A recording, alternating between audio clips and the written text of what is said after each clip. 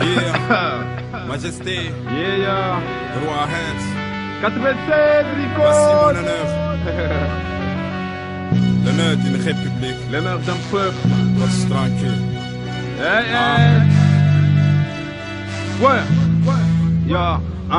mbed mi li soldaji mum real shit gonga doora nadi tenande amin coppa brem le fiɗɗi min ɓoora ngare yimɓe katir gonga sabu eɗen gulla e gandanimo gonduɗen holmo kooliɗen sabu en ɓoyi bagde e gandani to mooliɗen leydi yiɗa gonga nonne ɓamtatako basal haltindi magu gacce sakkotako président bandi ministre jo poker enen goni bamɗi hakkude chemere docker halis nana bonne kayidema gama ko reng reng ley nana bonne lamɗo garɗo ko beng beng jeunesse mayi mais sabro kak liberté so nin halko woni hen ɗi gagnan joɓɓe lapas solaire nder nokshot taw fouta neɓiɗi kunus foof wonti business fenande nana laya black zéro happiness wiye ko ɗum hande ha maaya jangde wahlitama fouta yejjitama république o nana sama militaire au pouvoir démocratie wonti mafia umat bineje ne jeeri jangguɓe ne jeeyi crédit hujjaji nana joole ɗebne gala doole ɓerde kaɗi rok hagginaji gone haute tension marché pacifique ma police ɓeyde pression nafar constitution voilà ma point d'interrogation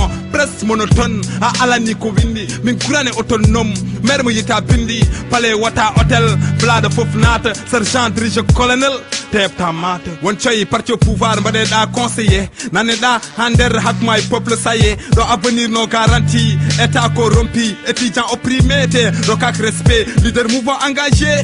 wonti suspect ɗo jogo ɓernde ragel bayano fidel castro gurna ɓeydo musé haɗa nu on castro ɓerɗe kewi mette ani o ko yippude lawol gonga erima ani o ko tawtude justice ƴewre ƴiyami namdi hen ko contenaire nomi ciftorte ko élection walla centenaire mi wawa weltade so laaɓi men gona gotum black wuure heɓtine ha heɓa freedom tribunal anda ɓi président wona bamum ɓalejo boɗejo de tribunal go ƴeewe nguru mum ko fo min jiiɗi yo waylo no militaire yo mbaylo diplômé yo liggo rim waɗa organisation fenande yo tiggo guiten ɗo arabisation jen koye men laamu wasa wadde ségrégation huɗaɓe mbasa yiide ɓiɓɓe leydi ndi ɗe goya ɓe ganda rim ko min ko an ko oya kala moujahid rahman noddama wake up jiten koye men e printemps arabe mijoje ɓer son denti hunde moƴƴat tan an yaaji ɗi son denti har nde woɗɗat tan soulèvement populaire e ƴane laamu maɓɓe ɓe ganda darde men eyyi sen jane maɓɓe kande ko ɗomin jeeya ala foof domin payi rim koko renda mi gona baal mi gona beyi ɗo so bone dawani hirde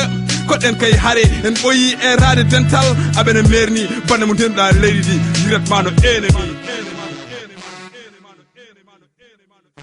République islamique of Mauritania. Yeah.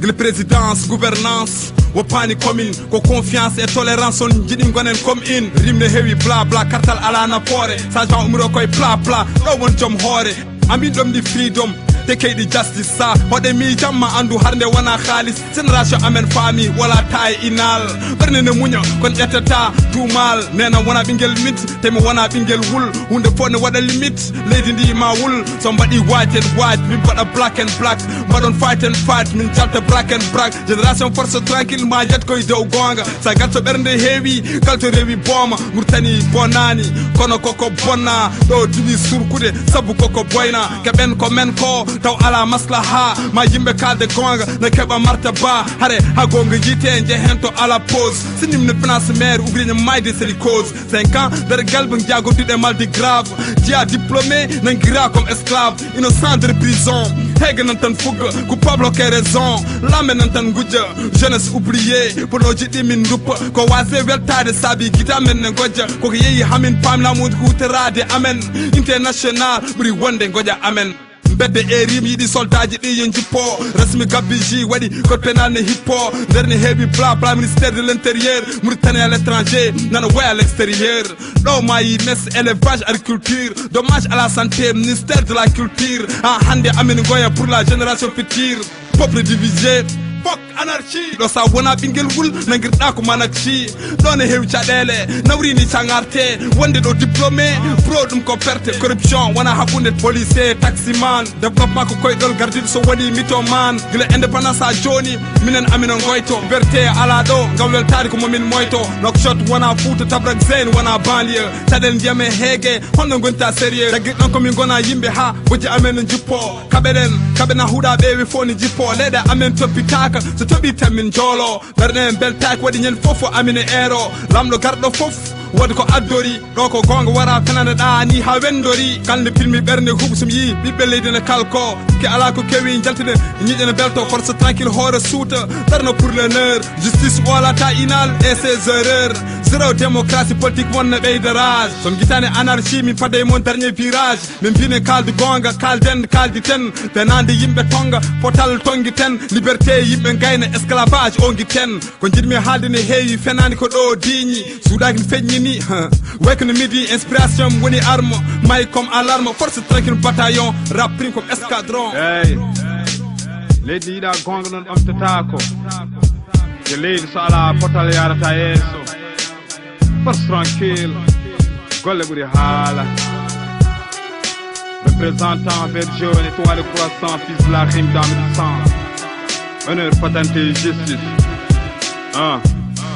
force tranquille Hammer Alpha mon honneur l'honneur d'un peuple